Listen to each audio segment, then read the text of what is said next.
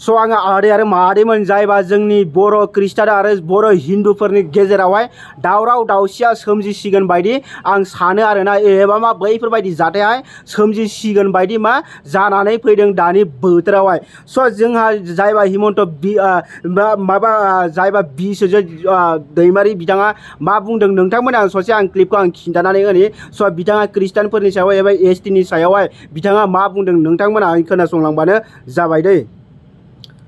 Appeal কৰিছো বড় মানুহখিনি ৰ যে কত থাকিব লাগে সব মই আপিল কৰিছো বড় মানুহখিনি যে কত থাকিব লাগে সব ঠিক কৰিব লাগে। মই আমাৰ খ্ৰীষ্টান মানে ধৰ্মীয় লোকসকলক কৈছো নিজে ডিসাইড কৰ ওইদার তুমি মাইনরিটি থাকিবা না শেডুল ট্রাইবসত থাকিবা। যদি শেডুল ট্রাইবসত আছে তুমি মাইনরিটিৰ ফেসিলিটি নলবা, মাইনরিটি কমিশন নাযাবা, মাইনরিটিৰ গ্ৰান্টও ল'ব নালাগে যেহেতু তুমি শেডুল ট্রাইবস হিচাপে পাই। আৰু যদি তুমি মাইনরিটি গ্ৰান্ট বিচাৰে মাইনরিটি মানে কমিশন যাব পাৰে তেতিয়াহ'লে তুমি আকৌ শেডুল ট্রাইবসৰ সুবিধাটো ল'ব নালাগে। এতিয়া হিটোৰ ওপৰত কোৰ্টবিলাকত বিভিন্ন ধৰণৰ শেডুল কাষ্টৰ खोथाया माने एसे दुङाव थासारियाव फैदों आरोना बिथाङा जेरै माने बुंनाय बायदिबा आरो প্ৰথম কথাটো হ'ল আমি অসমীয়া মানুহে বড়ই হওক যিয়ে হওক অসমীয়া বুলি তেনেকুৱা বিশেষ নাই, বড়ই হওক যিয়ে হওক নিজৰ জাতি ভাল পায় না নাপায়, নিজৰ সমাজৰ ৰীতি নীতি ভাল পায় না নাপায়। গতিকে প্ৰথমটো নিজৰ জাতিৰ ৰীতি নীতি ভাল পাব লাগিব, তেতিয়াহে আমি বাহিৰৰ পৰা যিটো আমাৰ ইয়াত ইনফ্লুৱেঞ্চ হৈ আছে বুজি পালে না, আমাৰ মূল খুঁটিৰ পৰা আঁতৰাই লৈ গৈছে, তাৰ পৰা আমি নিজকে ৰক্ষা কৰিব পাৰিম। গতিকে নিজে ঠিক হ'ব লাগিব। এইকাৰণে indigenous tribal paid and culture এই বিভাগৰ জৰিয়তে আজি সেইটো পৰিকল্পনা লোৱা হৈছে। মানুহবিলাকৰ লগত কথা পাতি তেওঁলোকক কি লাগে আচলতে তেওঁলোকৰ মতেহে ইণ্ডিজিনাছ ট্ৰাইবেল পেইড এণ্ড কালচাৰৰ পৰা আঁচনিটো তৈয়াৰ কৰি আমি কাম কৰিব লাগিব। स' ओमफ्राय बिनिनो सायाव जायबा थुनलाइ बसुमतारी बिथाङाहाय मा बुंदों आं नोंथांमोननो आं बिखौबो आं खिन्थानानै होनि। नायलां नोंथांमोनाहाय ख्रिस्टियानफोरखौ दिनैहाय डाइरेक्टलि हुमखि होनायखौ जों नुनो मोन्दों आरोना। बे बाथ्राखौ बुंदों जोंहा मानाव गिदिर केबिनेट मन्त्रि बिस्वजित दैमारी सारनि खुगानिफ्राय दिनै सोमोनांथाव मोनसे आङो एसे ओरैजाय थानो र' गिदिर नुनाय बायदि बिथांनि जिथु बुंनाय बेखौहाय नोंथांमोना भिडिअखौ ससे नायनानै लागोन, बिनि उनाव आं क्लियारिफिकेसनखौ होगासिनो। মই আপিল কৰিছো বড় মানুহখিনি যে কত থাকিব লাগে সব ঠিক কৰিব লাগে। মই আমাৰ খ্ৰীষ্টান মানে ধৰ্মীয় লোকসকলক কৈছো নিজে ডিসাইড কৰ ওইদার তুমি মাইনরিটি থাকিবা না শেডুল ট্রাইবসত থাকিবা। যদি শেডুল ট্রাইবসত আছে তুমি মাইনরিটিৰ ফেসিলিটি নলবা, মাইনরিটি কমিশন নাযাবা, মাইনরিটিৰ গ্ৰান্টও ল'ব নালাগে যেহেতু তুমি শেডুল ট্রাইবস হিচাপে পাই। আৰু যদি তুমি মাইনরিটি গ্ৰান্ট বিচাৰে মাইনরিটি মানে কমিশন যাব পাৰে नोंथांमोनाहाय बिनि सायावहाय मा सानो कमेन्ट सेक्सनाव आंनो खिन्थालाय। नालागे दा नोंथांमोना नुखाबाय जानो हागौ बिथांनि जिथु बुंनाय बर' ख्रिस्टियानफ्रा जुदि ट्राइबेल स्टेटासखौ जुदि मोननोब्ला अब्ला गासिबो हिन्दु जाजोबनो नांगोन, नङाब्ला नोंथांमोना ख्रिस्टियानफोरनि जिथु मिशनारि फान्डनिफ्रायबो खोथाखौ एसे गोसा बुंनांगौ ब्रायबो आवासानो ओंखारामोन नामा। आरोबाव ट्राइबेल खथानिफ्रायबो लायो होननानै बिथाङा बुंदों आरोना। नाथायब्ला बेयो मोनसे गावनि जुजिनाय गावनि उग्रजों बुंनायसो होननानै जोङो साननो नांगोन आरोना। जाय सम नोंथांमोनाहाय इयारफन लानानै खोनासंबानो जाबाय दै, खालामनानै गालांनाय सम जुदि खोनायाखैबा इयारफन लानानै खोनासं। गाहाय थाखोनि मानसि होननानै ब्रिटिशफ्रानो जों साफ्रोमबो ट्राइबेल माहारिनि एक्सट्रा हा एक्सट्रा खथा गासिबो मोनफ्रोमबो आयेन कानुनफोरखौ खानानै गालांखानाय, जायनि जाहोनावहाय जोंनि बर' ख्रिस्टियानफ्राबो जिथु बाहेरा हादरनि बा जिथु ब्रिटिशनि जिथु धर्मखौ लाबाय जेब्ला होमब्लाथ' ट्राइबेल स्टेटासखौ बेबायदिब्लाथ' लानो मोनथावथाव नङासो होननानै आं सानो आरोना। जायनि जाहोनावहाय बे ट्राइबेल स्टेटासखौबो ब्रिटिशफ्रासो होनानै गालांनाय। दा खोथाया जाहैबाय गोबां बोसोरनि उनावहाय दिनै बर'फोरनि गेजेरावहाय मोनसे धर्म निरपेक्ष मोनसे माबाखौ नुनो मोन्दों आरोना। जेब्ला जोंनि जिथु बर'नि जि आखर बेखौहाय देबनागरिखौ लानो ना बले रमान हांखोखौ लानो जानाय समावबो बिस्वजित दैमारी सारमोन प्रमेला रानीमोन बायदिनि थाखायनो दिनै जोंनि बर'फोरनि जिथु जौगानांगौआ एसेब्लाबो फावसायदों होननानै आं सानो आरोना। जुदि नोंथांमोना एसे सिन्था खालामनानै नाय, जोङो गाव गावनि गथ'फोरखौ इंलिश मिडियामाव सोयो, जों बयबो गाव गावनि फिसाफोरखौ जेसेबां ल' क्लासनिफ्राय लानानै हाई क्लाससिम जोङो गाव गावनि गथ'फोरखौ इंलिश मिडियामाव सोनो लुबैयो। रमान हांखोआबो जिथु रमान हांखो आखराबो माने फ्राय माने जोंनिया इंलिशजों मिलायनायमोन आरोना। दा बे आखरखौ नेवसिनानै बिथांमोना देबनागरिखौ लाहोनायनि मेन उद्देश्यआ मा बेखौ गोबां मानसिफ्रा मिथिया आरोना। बेयावहाय माने जिथु बाइबेल ख्रिस्टियानफोरनि जिथु बाइबेल बेखौहाय फार्स्ट टाइम माने जोंनि भारताव बर'फोरनि थाखाय बा बर'फ्रा बुजिनो थाखाय रमान स्क्रिप्टआवहाय लिरनानै होदोंमोन आरोना। दा बेयावखायनो माने बिथांमोना मा मोनसे माइन्डआव हाबबाय जे जिथु रमान स्क्रिप्टखौ लायोब्ला बर'फ्रा जुदि रमान हांखोखौ जुदि लायोब्ला अब्लाना जोंनि गासिबो बर'फ्रा माने ख्रिस्टियान बाइबेलखौ फरायनानै ख्रिस्टियान धर्मखौ लाजोबगोन होननानै बिथांमोना जिथु समायथावथाव मोनसे मोजांथार बुस्थुखौबो माने नेवसिगारनायनि जाहोनावनो जोंनि सासे सानसुमैगिरि बर'नि सासे आगोमा होननानै बुङोब्लाबो लस गैला आरोना। बिथाङाबो माने आं मुंफोरखौ मख'बाय थालिया, बिथाङाबो गावथार जालायलायनांगौ गोनांसिम जानानै फैबाय आरोना। बर' हारिनि थाखायनो बिथाङाबो जिथु बिस्वजित दैमारिमोन प्रमिला रानिमोननि फान्दायनायावनो बा फिदिंनायावनो बे इसेबां गिदिर जाथायाबो जानानै थांखांबाय आरोना।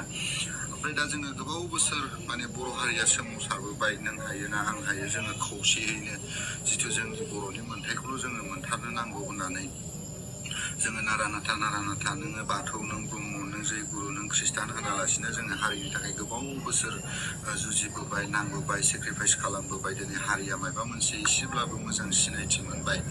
दिनैहाय बिनि गेजेरावबो जोङो नुनो मोनबाय मा फैयै फैनानै माबा मोनसे फिसा खुंथाइ गोहोआव गाव गाखोनो मोननानै मा होननानै बुङो बेखौहाय बर'फोरनि गेजेरावनो नों हिन्दु नों ख्रिस्टान होनानै बिभाजन खालामनो नाजानायखौ जोङो नुनो मोनबाय आरोना। दा आंनि मेन गिदिर गोलावफ्रानो जुदि बेफोरबायदि बुंबावोबा मा जाबावगोन आरोना। जुदि गिदिर गोलावफ्रानो जुदि बेफोरबायदि बुङोबा आरो बर'आ जोबस्रांनायनि बारा गोबाव सम नांनाय नङा जोबस्रांनायाव, आं साननायाव आरोना। आं सानो आरोना।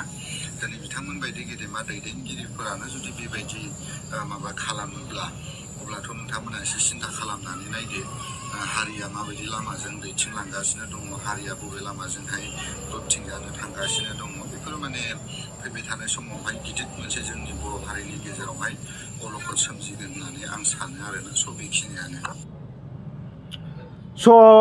बिथाङाहाय बिसिम बुंबाय आरो सासेयाहाय मा बुंबावदों आं बेखौ आं खिन्थानायनि सिगां नोंथांमोना आं फंनैसो खोथाखौ नोंथांमोनजों आङो शेयार खालामग्रोनोसै। नोंथांमोना मोजाङैनो गोसो होनानै खोनासंबानो जाबाय। बियो आदै आरो मादैमोन खोथायानो जाहैबाय माने नैबे आलुआहाय माने हाबा जानायनि सम जाबाय, राइट। नैबे आलुआहाय माने हाबा जानायनि सम जाबाय। बिनिखायनो मा सासे सिख्लानि गोनांथि जादों आरोना। नैबे आलुनि थाखायहाय माने हाबा जानायनि सम एबा मा बोथोरजोंहाय मिलायनांगौ नालाय, बिनिखायनो मा नैबे आलुआहाय माने हाबा खालामनिसै होननानै सानदों आरोना।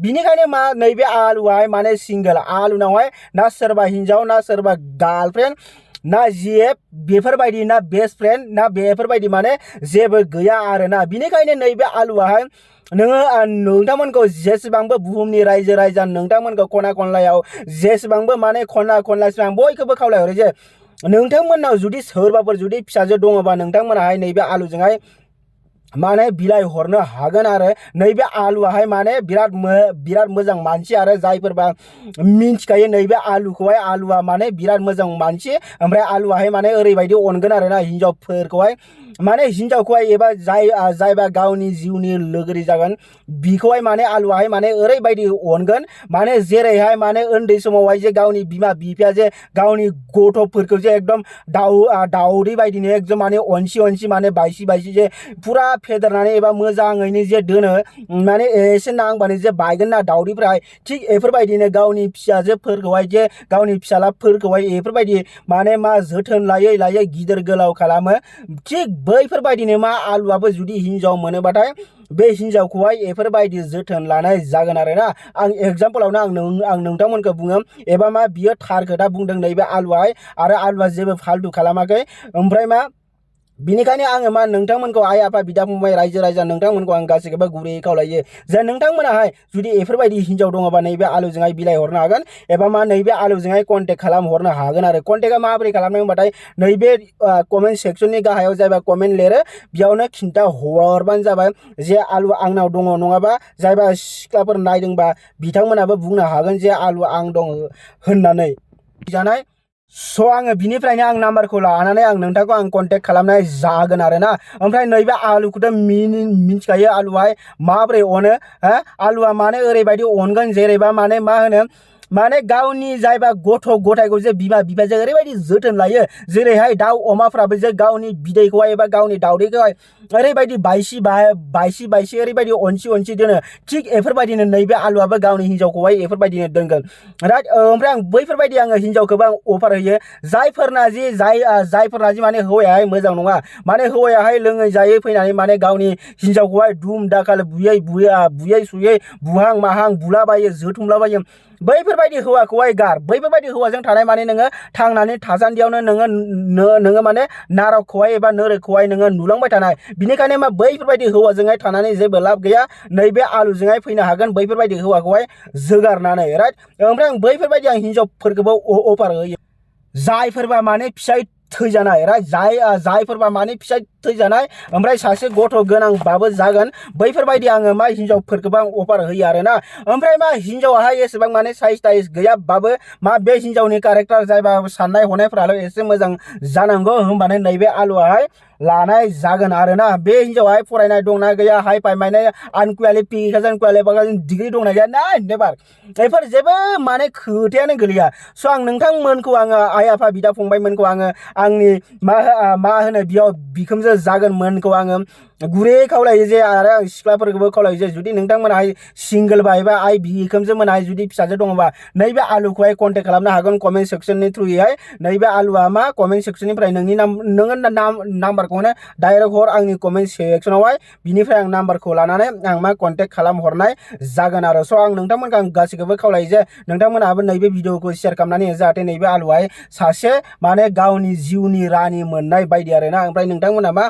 आशीर्बाद मोननाय बायदि आं बेखौनो आं नोंथांमोनखौ खावलायो जे नोंथांमोनाहाय नैबे भिडिअखौहाय शेयार खालामनानै हो बिनिफ्राय आङो मोनसे रिक्वेस्ट खालामबावगोन नोंथांमोनाहाय आंनि भिडिअखौ गोबां नायो खिन्थु मा चेनेलखौहाय साबस्क्राइब खालामनानै होआ मानि थाखाय आं नोंथांमोननि थाखायथ' बेफोरबायदिनो आं गोदान जे आं आपडेट आं लाबोबाय थायो बिनिखायनो मा आं नोंथांमोनखौ आङो आइ आफा बिदा फंबाय बिब' बिनानाव आं गासैखौबो आदा बाजै आइ आफा आंनि फंबाय बिनानाव बिब' फंबायमोन बिदा फंबायमोन आं गासैखौबो आं खावलायो जे नोंथांमोनाहाय नैबे आलु भाइनि चेनेलखौहाय प्लिज साबस्क्राइब खालामनानै गोसो गोथारै मानोना नोंथांमोना जुदि साबस्क्राइब खालामनानै होआ अब्ला नैबे आलुआहाय सानसे गोमालांनाय जागोन आरो नैबे इउटुबनिफ्रायहाय आं बिनिखायनो नोंथांमोननिफ्राय आं गोमाजानाय आं गोसो जाया बिनिखायनो आं गुरैयै खावलायो जे नोंथांमोनखौ नैबे आलुआबो बर'निनो फिसा सासे होननानै नोंथांमोना अननानै प्लिज जेसेबांबो नायदों नोंथांमोना मोनफ्रोमबो साफ्रोमबो जेसेबांबो आंनि भिडिअखौ नायदों प्लिज अननानै साबस्क्राइब खालामनानै हो जुदि नोंथाङा साबस्क्राइब खालामनानै होबाथाय नोंथांनिनो फायदा जागोन मानोना नोंथांमोननि गेजेराव बेफोरबायदिनो गोदान आपडेट मोजां आपडेटखौ आङो नोंथांमोननि गेजेरावनो आङो लाबोबाय थानाय जागोन ओमफ्राय साबस्क्राइब खालामनानै जायबा बेल आइकन नुयोना साबस्क्राइब खालामखांनानै ओमफ्राय जायबा अल नुयोना साबस्क्राइब खालामबाथाय बेयाव नोंथांमोनाहाय अलावहाय थुनानै होबानो जाबाय अलावहाय थुनानै होबाथाय मा आं जेब्लाबो गोदान भिडिअ होबाथाय नोंथांमोना फार्स्ट अफ अल नुनो हागोन आरोना स' आङो नैबे भिडिअखौ आं बारा गोलाव खालामथ'ला नोंथांमोना नैबे भिडिअखौ नायनायनि थाखाय जोबोद गोजोननाय थाबाय ओमफ्राय नेक्स्ट भिडिअ थाबैनो लोगो मोनफिनगोन बे समसिम नोंथांमोनाहाय नैबे चेनेलखौहाय प्लिज साबस्क्राइब खालामनानै thank you love you all of you thanks for watching love you all of you bye bye next video आरो थाबैनो लोगो मोनफिनगोन।